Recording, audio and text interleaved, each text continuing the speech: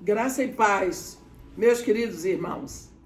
Eu estou convidando vocês agora nesse momento para nós abrirmos a Bíblia no livro de Gênesis. No capítulo 3, vamos ver o que está escrito nos versículos 9 e 10.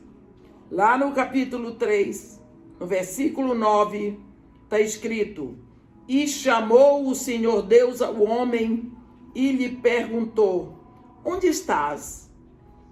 Ele respondeu: Ouvi a tua voz no jardim, e porque estava nu, tive medo e me escondi. Mas nós podemos imaginar como era bom antes deste momento. A Bíblia diz que Deus estava lá com eles todos os dias. Na viração do dia, Deus passeava ali com eles no jardim. Que coisa interessante que, antes do pecado, Adão e Eva se deleitavam na presença de Deus. E nós podemos imaginar aquele casal, depois que Deus saía dali, a vida deles era uma expectativa pela próxima visita. Como era bom o momento que eles poderiam se abastecer em Deus. Mas então, depois daquele momento, Deus pergunta: onde estás? Ah, eu ouvi a tua voz. Mas porque estava com medo de Deus, o que foi que aconteceu? Que a presença de Deus, que hoje lhe causa tanto prazer, amanhã lhe causa medo. Nós precisamos ver que a Bíblia diz no versículo 15 que um e outro, o homem e sua mulher, estavam nus e não se envergonhavam. Será, eu lhe pergunto hoje, será, meu irmão, que o medo está lhe levando a se esconder de alguém? Será que o medo está fazendo você se esconder do seu chefe? Ou do seu marido? Ou da sua esposa? Ou do seu colega? Ou o medo está fazendo que você se esconda de um filho teimoso, que tem temperamento forte? Você prefere deixar como estão as coisas porque você tem medo da reação do outro? Você não sabe como seu filho vai reagir? Ou como seu marido vai reagir? Ou como sua esposa vai reagir, seu colega? Quando Deus chamou Adão: onde estás? Ele respondeu: eu me escondi porque tive medo. Você imagina medo de Deus? Desde esse acontecimento, nós nos escondemos através de sorrisos forçados, rimos até de piadas imorais que o chefe diz. O chefe diz uma piada imoral e nós rimos para nos escondermos, para não mostrarmos quem nós somos, para não abrirmos a verdade e dizermos que temos nojo de imoralidade, que temos nojo daquela imundície. Nós nos escondemos atrás de palavras sem sentido para não dizermos não, para não dizermos sim. Simplesmente nos escondemos dando desculpas ou usando de eufemismos. Ficamos em cima do muro, numa síndrome aberta do momento de Laodiceia que nós vivemos. Nos escondemos em rituais sociais que detestamos, casamentos que não queremos ir, formaturas, aniversários que não tem nada a ver, com passeios. Tudo isso, quantas vezes nós fazemos para agradar aos outros? Ou pior, nós nos escondemos através de coisas que cremos, mas não expressamos porque temos medo do que as pessoas vão pensar, como a dor de confrontar alguém e a energia emocional que devemos investir para a resposta da turma. Nós temos dificuldade de mostrar quem nós somos, em quem nós cremos. Temos medo. O primeiro pecado nos trouxe até o medo de Deus, do Deus que conhece todo o nosso coração e o nosso pensamento. A palavra diz que Deus conhece as palavras antes que elas tenham chegado à nossa mente. Temos medo de Deus. Temos medo de mostrar a nossa fé. Temos medo de que as pessoas não nos aceitem. Temos medo. Você lembra que Nicodemos foi procurar Jesus à noite? Ele foi procurar Jesus à noite porque ele era um mestre entre os fariseus. E andar com Jesus não ficava bom para o ibope dele. Então ele o procurou à noite, para que ninguém visse que ele esteve com Jesus. E Jesus sabia disso, porque Jesus sabe todas as coisas. Você lembra o que aconteceu no encontro de Jesus com Nicodemos? Nicodemos disse para ele: tu és mestre em Israel, tu não sabes essas coisas tão básicas, que aquele que nasce da carne é carne e que o nasce do espírito é espírito. Jesus estava dizendo para ele: o gato nasce da gata, o cão nasce da cadela. Se você é filho de uma mulher, você é carne porque é filho da carne. Mas se você quiser ser filho do Espírito, você tem que nascer do Espírito, e Deus é Espírito. Então, existe um outro nascimento. Ele saiu dali aprendendo que existe um outro nascimento. E que o segundo nascimento é mais importante. Por quê? O primeiro filho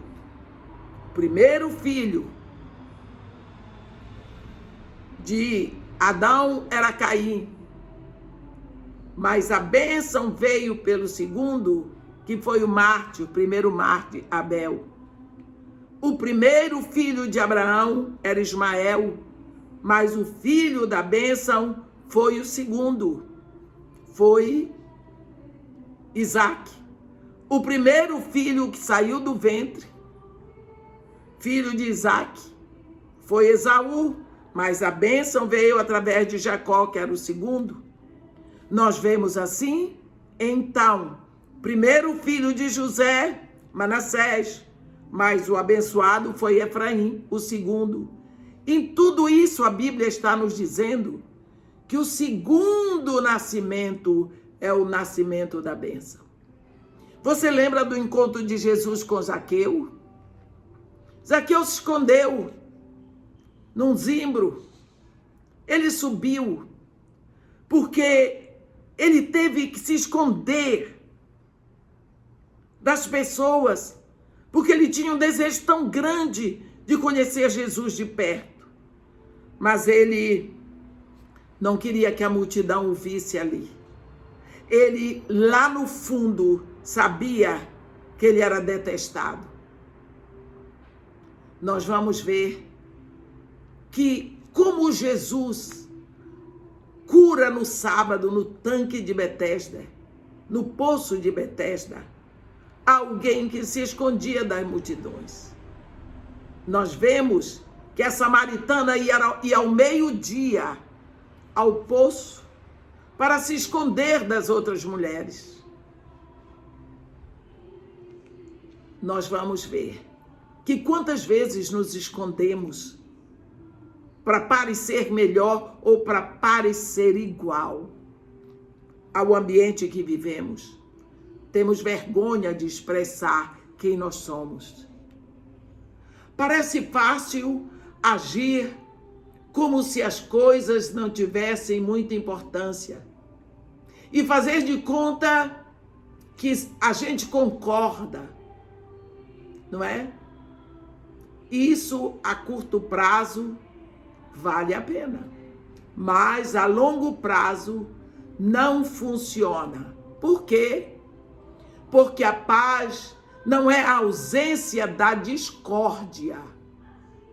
Quando nós permanecemos em silêncio para evitar o confronto, terminamos, de fato, evitando algo muito mais importante, que é a intimidade, a clareza, a honestidade, a lisura de alma, a paz. Quando nós não confrontamos a situação que desagrada a Deus, lembre, meu irmão, eu não estou falando em confrontar pessoas, eu estou falando em confrontar atitudes, em confrontar pecado.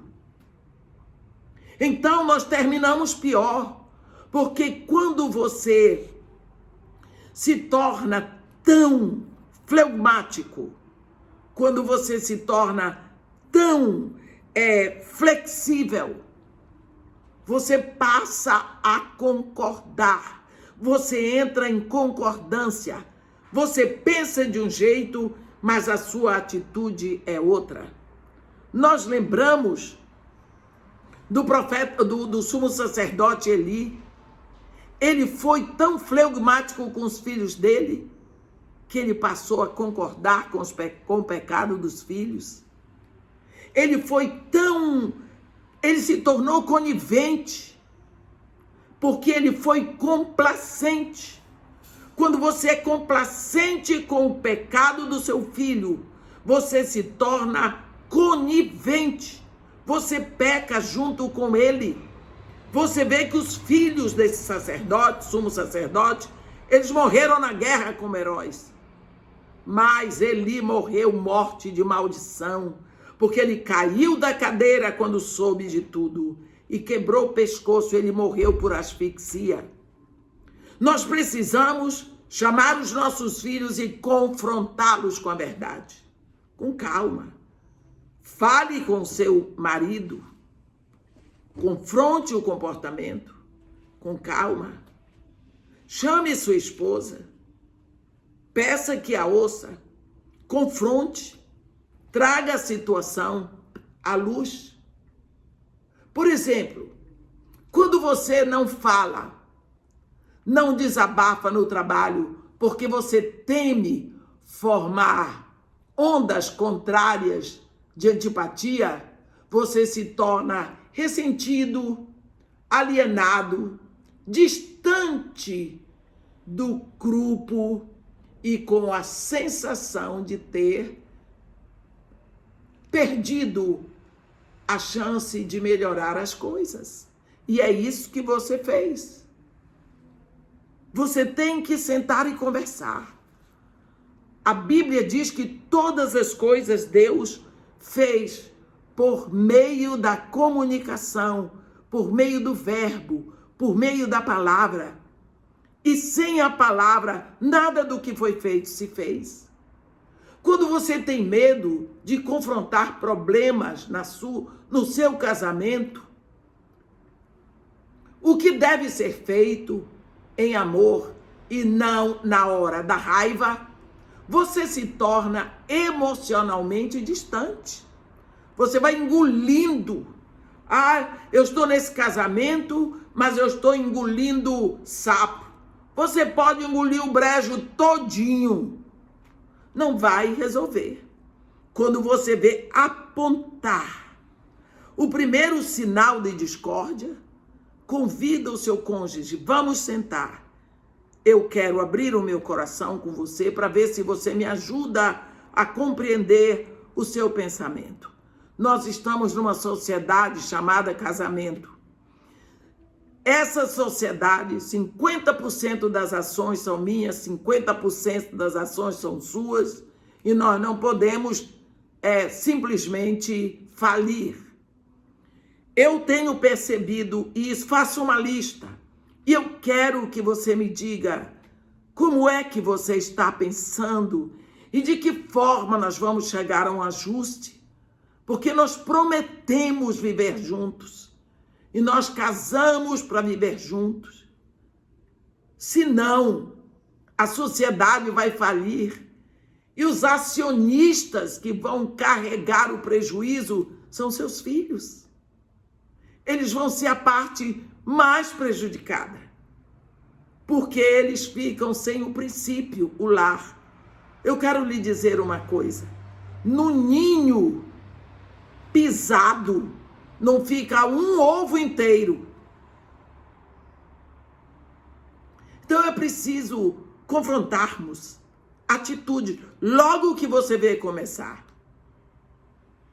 Quando você recusa compartilhar sua fé com outros, porque você tem medo de ser ridículo, você perde a oportunidade de oferecer a esperança àqueles que precisam.